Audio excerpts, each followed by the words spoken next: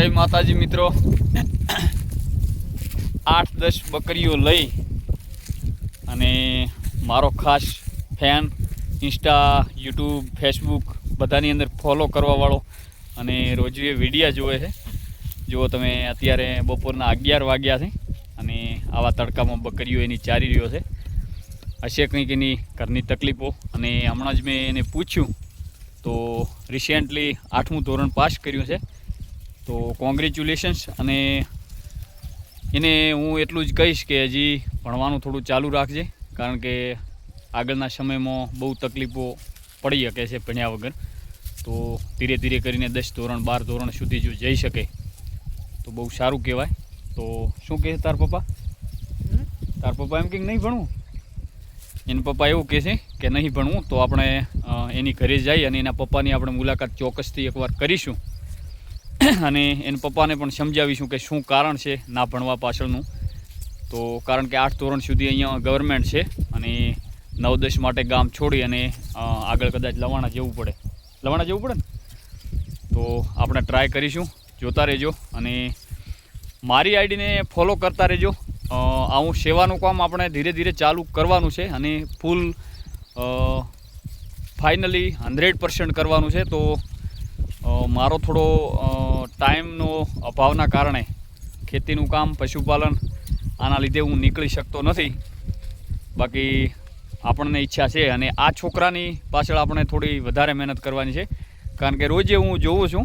અને આજે એની એક વાત કહું તો એ 10, 11, 12 વાગ્યા સુધી આ બકરીઓ ચરાવતો હોય. તો એને આજે મેં કેટલું કીધું ત્યારે આપણે ઘેર ખાવા બેઠો, કારણ કે એ કહે કે મારા બકરા બાજુના ખેતરમાં જતા રહેશે તો કોઈ બોલશે. તો મેં કીધું ના બોલે, એમ કેટલું ખાઈ ખાઈને બકરો ખાઈ 5 મિનિટ જતો રહેતો. તો કે તમે સમજો એવું બધાય નથી સમજતા. તો કદાચ એ ચરાવતો હોય ને પાણી પીવા જાય.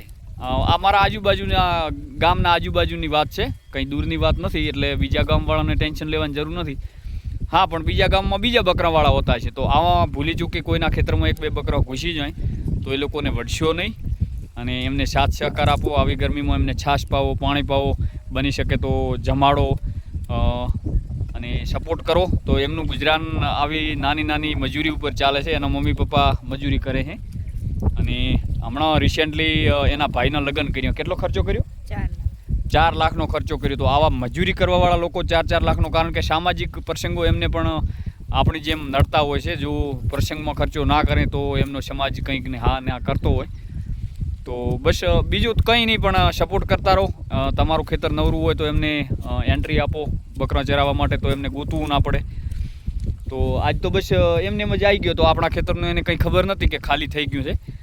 બસ તો ઓટો મારતો આવ્યો તો કે ખાલી પડ્યું છે. કીધું હા, કારણ કે મારે ઘેટા બકરા ગામવાળાને મેં કીધું હતું, અમારા પીરાભાઈ દેસાઈને, પણ એ હજી સુધી આવ્યા નથી. કદાચ કાલે ઓટો મારશે. ગૌશાળાની ગાયો ઓટો મારીને ગઈ છે. તો બસ આવું હોય તો એને રોડે જતો હોય તો બોલાવો અને તમારા ખેતરમાં ખાલી પડ્યું હોય તો ચરવા દો.